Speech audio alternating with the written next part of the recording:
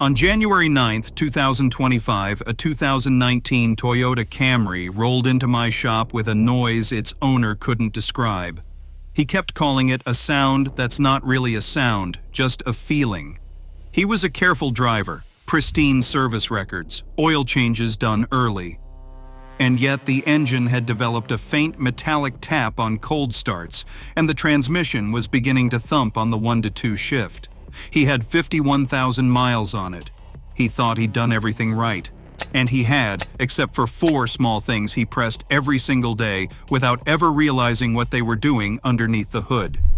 Today, I am revealing the 4 daily habits that quietly destroy Toyota engines and transmissions from the inside, and why the 4th one is the single fastest way to shorten the life of any modern Toyota on the road.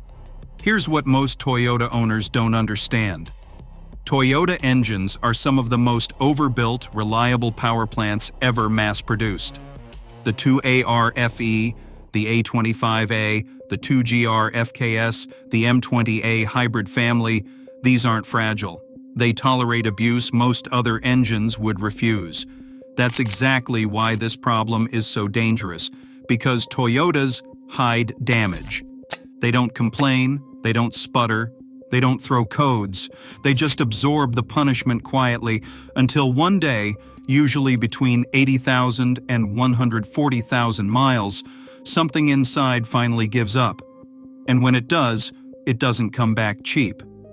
I see it every week.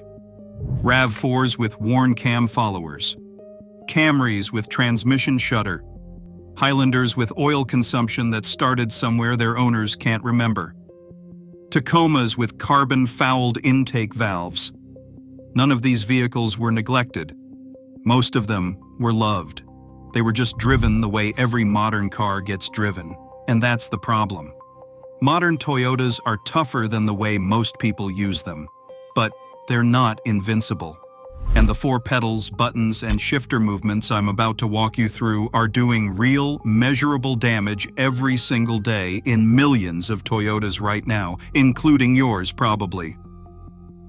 The first habit is the one nobody thinks about, because it feels completely harmless. Pressing the accelerator within the first 10 to 15 seconds of a cold start. Almost every Toyota driver does this. You hit the start button, the engine catches, you put it in drive, and you are already rolling out of the driveway before the tachometer settles. Modern engines feel ready immediately. They idle smoothly within 2 seconds. They do not shake or stumble. So drivers assume the engine is warm enough to drive normally. It is not. Here's what actually happens inside a Toyota engine during those first seconds. When you shut the car off the night before, almost all of the oil drains back down into the oil pan. The bearings, the camshafts, the valve lifters, the timing chain guides, the variable valve timing actuators, they are all sitting there with only a microscopic film of oil left clinging to them. When you start the engine in the morning, the oil pump begins pressurizing the system, but full oil pressure does not reach every component instantly. In a Toyota with VVTi or dual VVTi, the variable valve timing solenoids rely on oil pressure to function correctly. The chain tensioners rely on oil pressure to maintain proper tension. The hydraulic lifters need oil to stop ticking. None of this happens at the moment you press start. It takes several seconds, sometimes longer in cold weather, for the entire system to come up to full operating pressure. Now imagine pressing the accelerator during that window. The engine speeds up, the valves open and close faster, the camshafts spin harder, but the oil has not fully reached the upper end of the engine yet. Metal is grinding against metal under a film of oil that has not arrived. You won't hear anything. You won't feel anything. But you've just put more wear on the cam lobes and lifters than you'd get from an hour of normal highway driving. Do that every morning for 5 years, and the wear adds up. This is why Toyotas that should idle silky smooth start developing a faint tick at 90,000 miles. It's not the engine failing. It's thousands of cold revs catching up. The fix is almost insultingly simple. Start the engine and let it idle. even just for 20 to 30 seconds, before you put it in drive and ask it to do anything. You don't need to warm it up for 5 minutes like in the 80s. You just need to let the oil pump do its job. Once you start rolling, keep the throttle gentle. Stay under 2,500 revolutions per minute until the temperature gauge starts to move. That's it. That's the entire fix. The second habit is one I see at every parking lot in America: shifting from drive to reverse or reverse to drive before the car has completely stopped. People pull into their driveway, the car is still creeping forward an inch per second, and they slide the lever right into reverse to back into the garage. Or they are parallel parking, going back and forth, switching gears while the car is still rolling slightly. Here's why this matters specifically in Toyota models. Toyota automatic transmissions, whether it is the U660E, the UA80, the Aisin 8-speed transmissions in the newer trucks and SUVs, or the eCVT in the hybrid lineup, all rely on planetary gear sets engaged by clutch packs and brake bands. When you are in drive, certain clutches are locked. When you shift to reverse, completely different clutches engage to spin those gears backward. The transmission is designed to make this switch when the drivetrain is stopped. When you shift while the wheels are still turning, you are forcing the new clutch pack to engage while the old direction of rotation is still fighting it. The clutches do not break instantly, they glaze, they develop hot spots, they lose friction material a few microns at a time. And in Toyota hybrids, the situation is even more sensitive. The electronic continuously variable transmission uses a planetary gear set tied to 2 electric motor generators. Shifting before a complete stop sends electrical and mechanical stress through MG1 and MG2 that the system should not have to handle. It is not catastrophic, but it accumulates. You do not see the damage until the transmission starts shifting harshly, or the hybrid system throws an inverter warning 100,000 miles later. The fix here is simple too. Come to a complete stop. Actually, stop. Foot firmly on the brake, vehicle motionless, before you move the shifter. It takes half a second longer. It saves you a transmission. The third habit is the one almost nobody connects to engine damage because it does not feel like driving at all. It is sitting at a long red light or a drive-through with your foot on the brake and the transmission in drive. 3 minutes here, 4 minutes there, every single day. In a Toyota, this is doing more damage than people realize, especially in hot weather. Here's the mechanical reality. When your Toyota is in drive and you are stopped with your foot on the brake, the torque converter is not disengaged. It is still being driven by the engine.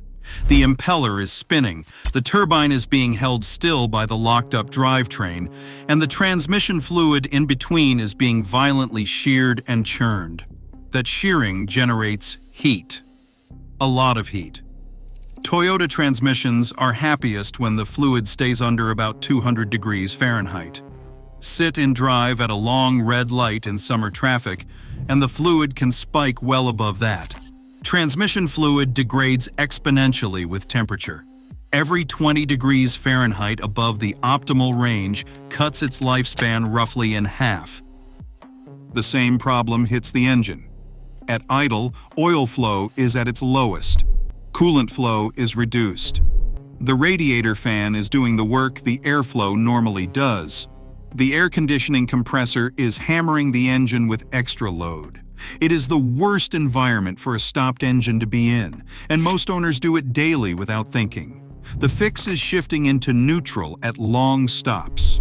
If you know you will be sitting for more than 30 seconds, slide it into neutral. Take your foot off the brake for a moment and let the torque converter unload. You are not hurting anything. You are letting the transmission breathe. When the light turns green, shift back to drive and go. Toyota engineers actually designed the transmission to handle this transition cleanly. Most owners just never use it. Now we get to number 4, the one that does the most damage in the shortest amount of time, and the one I want every Toyota owner watching this to stop doing immediately. Pressing the engine off button the moment you pull into your driveway after highway driving. I cannot stress how badly this is destroying turbocharged Toyotas in particular, but it also affects every modern Toyota with direct injection, which is most of them now. Here's what's happening.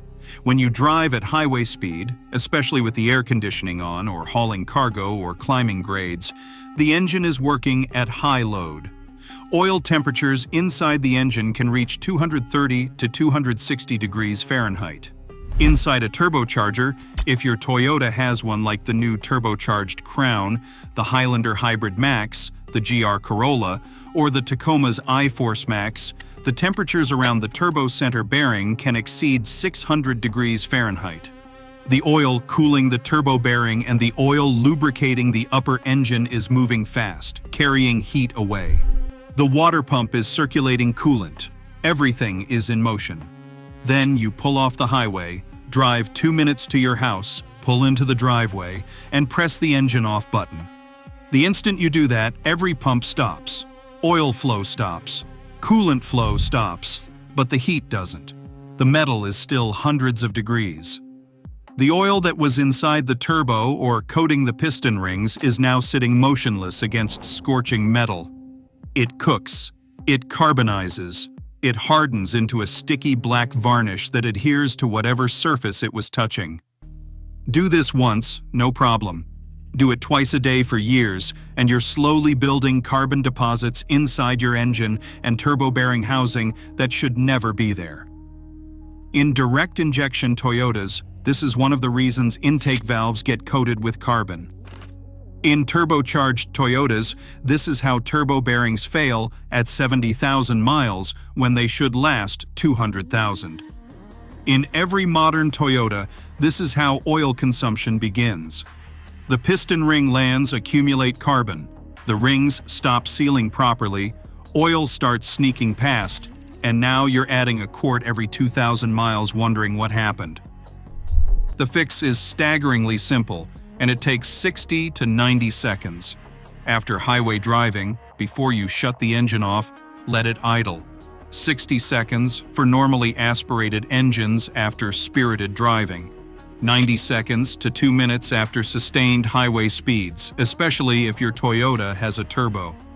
That tiny bit of idle time lets the oil and coolant continue circulating, lets the hottest components shed their heat into the moving fluid, and prevents the cook off entirely. Your turbo will last twice as long. Your engine will stay cleaner. Your oil will degrade slower. All from a habit that costs you nothing except patience. There is one more habit worth mentioning because it pairs with all four above.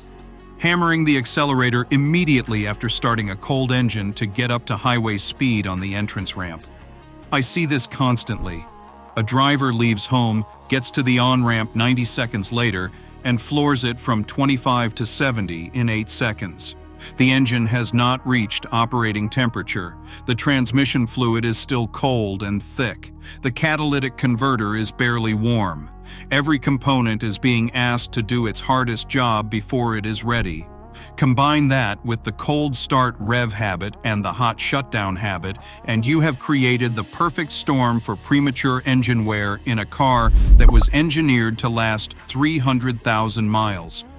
Here is the part most drivers never hear.